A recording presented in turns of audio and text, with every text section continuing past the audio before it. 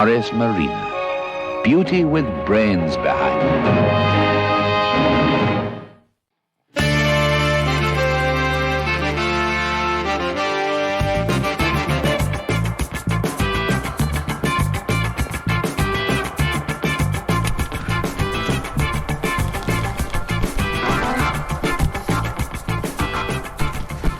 Hello and welcome to, if you can see me, another car review, and this time I'm reviewing Marley, Alex's Marina. Do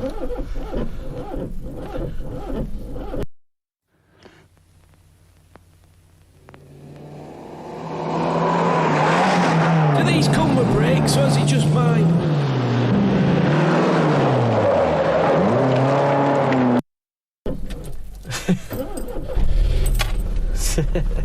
So let's go and see what happens.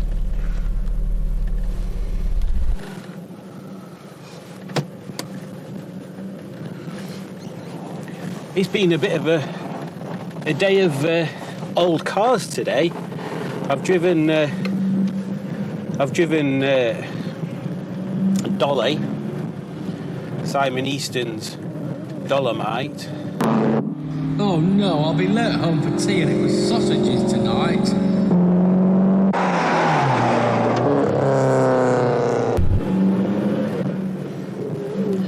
So let's head off. Oh, I've not put any lights on, must be these ones. Here we go. To see what this is like driving a Marina. And this is the first time I've driven a Marina.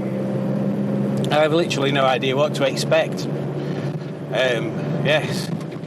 What are they like? Never been in one either. Can you believe it, Norman? Luxury motoring with a really sporty performance when you want it. Because Marina reliability comes from miles of grueling rally testing. Well, the only thing I'm going to be able to compare it to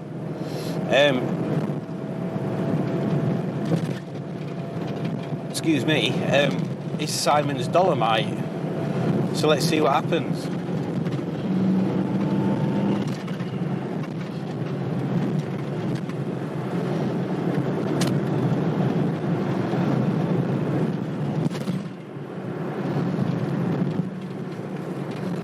So it definitely feels of the same age.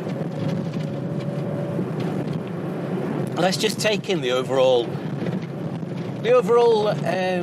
aesthetics of it. So this is an early Marina, so it's got the early dashboard and stuff on it. And I must say, it's lovely. It's a lovely looking thing.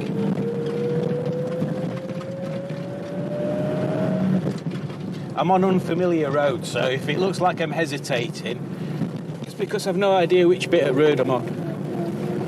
This, again, it doesn't have power steering, obviously, but it does run really well. It's easy to control.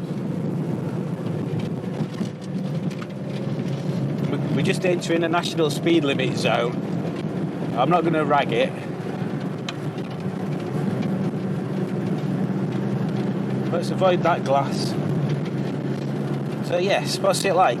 The insides, the aesthetics, everything's brown, apart from the carpet for some reason.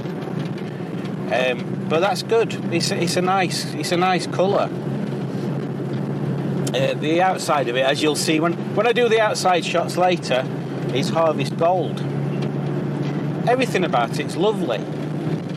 It's a nice size as well. It don't feel claustrophobic. It's got a nice airiness to it. I love this steering wheel. It's a very nice steering wheel. As you can probably tell, we're going over some horrendous bumps. And the suspension actually is really good at soaking them up. For the age of car it is. It's really good. It's really good at doing its job.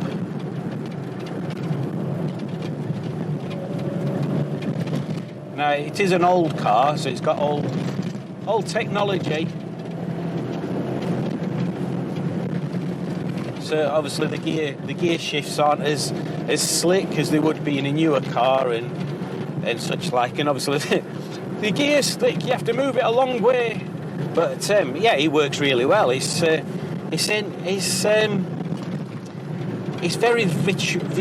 what's the word? Visceral. That's it. He's very visceral.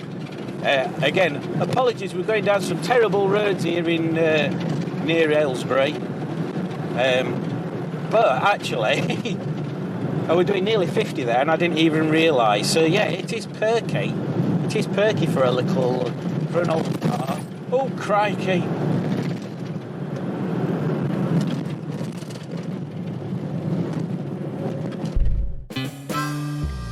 I've always liked the cars from the sort of late 50s and 60s because I always liked the fins. You know, a lot of cars had fins like the Morris Oxford, and I was always a fan of the American cars from back in the day, like the 57 Chevy. But as you progressed into the 70s, things got a bit more normal, I would say. You know, for me, a normal looking car was, you know, a bonnet, 4 doors, and then a boot, you know, sort of like the Mark II Escort styling. And that's what I kind of like about the Marina, because it's very similar to a Mark II Escort in my eyes for looks, and it's rear-wheel drive. But I've always been a fan of chrome bumpers, so once, you know, you started getting into the 80s, things started becoming more plastic. You know, the MGBs had the rubber bumpers and things like that, and that never interested me. It was all about the chrome. I think the biggest challenge for any classic car owner that uses it daily is rust, isn't it? Trying to keep on top of it, trying to prevent it. It's just non-stop, no matter what you do. I mean, I did all the front suspension on my Rover P4, and I covered the thing in sort of wax and Lanagard, but it's still got rust coming through in places. You know, it's an ongoing battle. Another thing, if you're daily in a classic, you've got to choose the right classic that's for you. And you sort of got to bear in mind that you can't just pop down to Halfords or Euro car parts to get a new part. You've got to find the right supplier, you've got to order it, wait for it to come, because I doubt they'll be local to you. That's one of the reasons I picked the Austin Allegro and the Morris Marina, because they share a lot of the same parts. I'm also in the Allegro Club International, and they've got a good spares selection. So even if I need something for my Marina, I can sort of get it through the Allegro Club, which is handy. But yeah, being in a car club is important, and there's plenty of Facebook groups to put messages out and ask for parts. The best thing about owning a Marina, well, for me, with mine, it's an estate, so it's super practical, easy to work on, easy to get parts for, because the engine in mine's from an MGB, so parts for those are readily available. Well, the worst thing about owning a Marina has got to be having to hear all the comments about pianos being dropped on them. It gets a bit tedious after a while. Other thing, well, yeah, as I said before, rust. That's the worst thing. Modification would definitely have to be a replacement gearbox, because it really needs a 5th gear. Because, you know, it flies along, but the revs are so high when you're in 4th gear. It really does need a 5th one. Apart from that, well, if I could mod mine, it wouldn't necessarily be a mod, but money no object, I'd definitely be sanding it back down to bare metal, repairing any rust, because I'm sure there's filler in mine, and give it a nice shiny new paint job. And to be honest, I probably would not choose Harvest Gold again. Well, if you're thinking of getting your own classic car, I'm sure you've already got in your mind what sort of classic car you'd like, but you have to just sort of plan ahead a little bit. So for me, like, you know, I love the Range Rovers. I love the Range Rover P38 from the sort of late 90s, early 2000s. Really like those, but I wouldn't buy one. Even though they're cheap enough, I wouldn't buy them because of the repair bills and the parts and everything is a lot more expensive than actually buying the vehicle. So I've gone for the Rovers, you know, the P4. P4's cheapest chips to buy, really. And there's quite a few parts suppliers that, you know, will ship parts out within a couple of days. And they're not, you know, parts aren't that expensive. You look at parts for, say, a Mark II Escort, and the price of the parts is through the roof. Whereas you got a little Morris Minor or something, gosh, the parts are nothing. They're small change, and they're super easy to work on. So just do a bit of homework. That's all I'd say. Choose the right car for you and your sort of budget and lifestyle. Also visit the car clubs at the NEC, because that's what I did. I went around all the different clubs and spoke to people. You can sort of gauge then what sort of people are in the club and what they're like, and, well, basically, will you fit in? I do actually feel well connected to this. It's strange.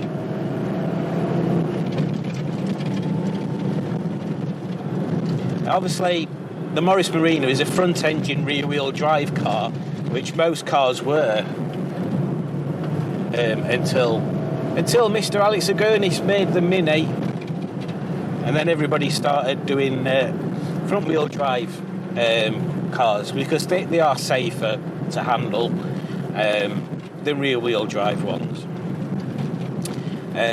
So yeah, you can tell the power's going to the back wheels, not the front, because you don't get the feelings of the power through the front wheels. Changing your steering. Now I did spin. I have spun cars round in this gap before. I'm not sure whether I'll be able to do it on this one. Let's have a go. Oh, it's got a very small turning circle. Oh, very good.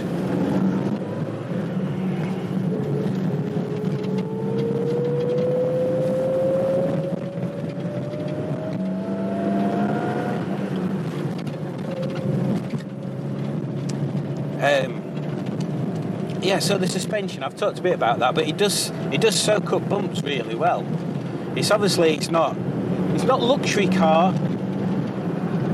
She is getting on a bit, this old Marina, but it has got the right sort of feel to it. And I feel if we weren't on this horrendously potholed road, it would be quite comfortable and quite confidence building. But as it is, this road's a bit awful, to be honest.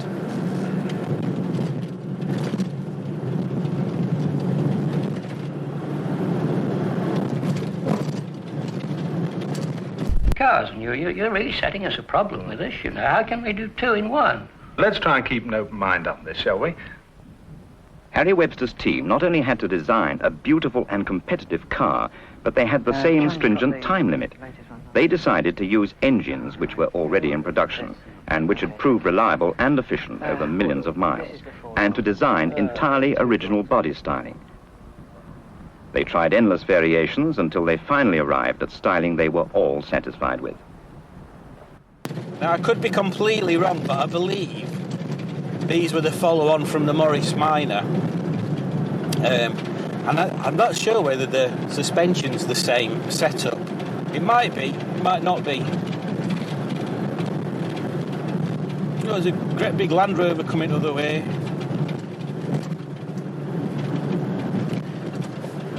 Why do people that live in places with such narrow roads seem to drive the biggest cars? What's that all about?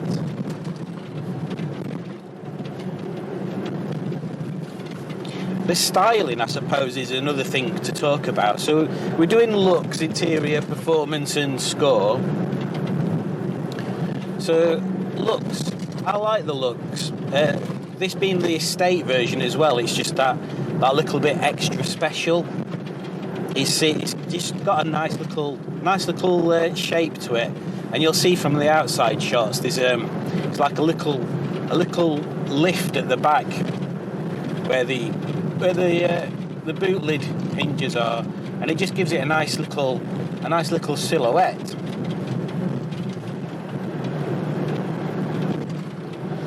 Interior, it's gorgeous, and Alex has made it even better by putting these funky, cool tiger skin seat covers in it. It's one of those cars that if you lined loads of cars up in a row and you said which car's Alex's, you'd be able to tell it were Alex's car without even thinking about it. Mind that glass again?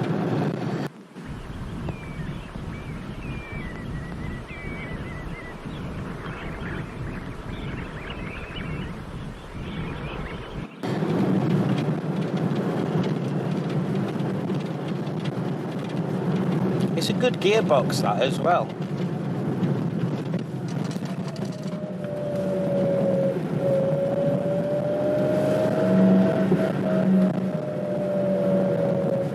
Oh, tiny puppy dog. The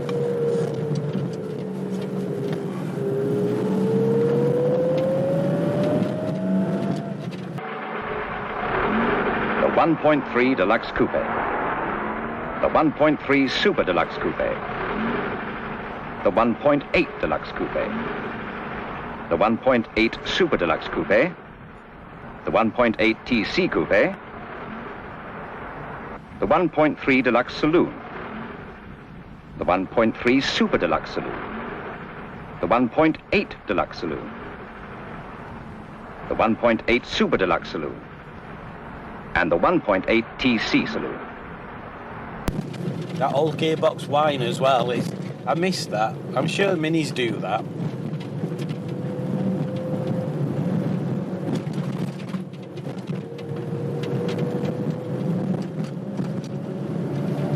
Now this car is Alex's work car. So she's going to be doing work on old cars and classic vehicles and stuff. But Alex being Alex, she didn't want a boring old van. You're not going to catch Alex driving around in one of them Volkswagen Caddy vans. Alex is going to have something special, isn't she? Something that a bit out of the ordinary. And that's exactly what this is. It is out of the ordinary. In fact, they're quite rare, the Marina estates. Please don't pull out on me, thank you. So yeah, it's definitely an Alex thing. Definitely an Alex thing. And thoroughly enjoyable. Performance, I'm not even going to say much about performance. It's an old car. It's not going to set your feet on fire with performance. This then was the new product. Not one, but 10 new cars in 2 totally different body shapes. A 2-door coupe and a 4-door saloon. With 9 color options, 3 engines and 3 levels of trim. The engines were to be derivatives of the A and B series, 1300 and 1800 cc. The latter in 2 stages of tune. Where are we going?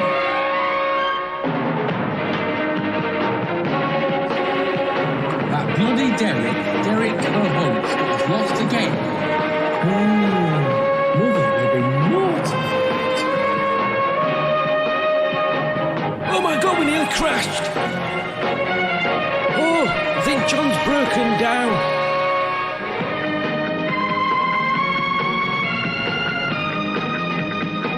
Bloody hell! Where are we going here?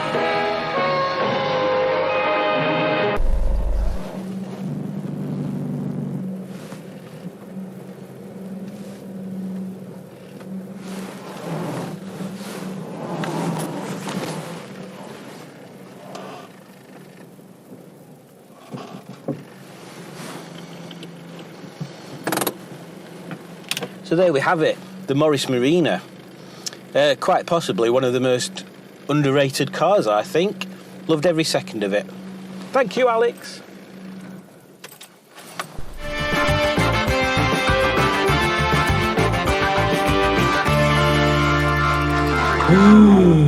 Mother will be mortified.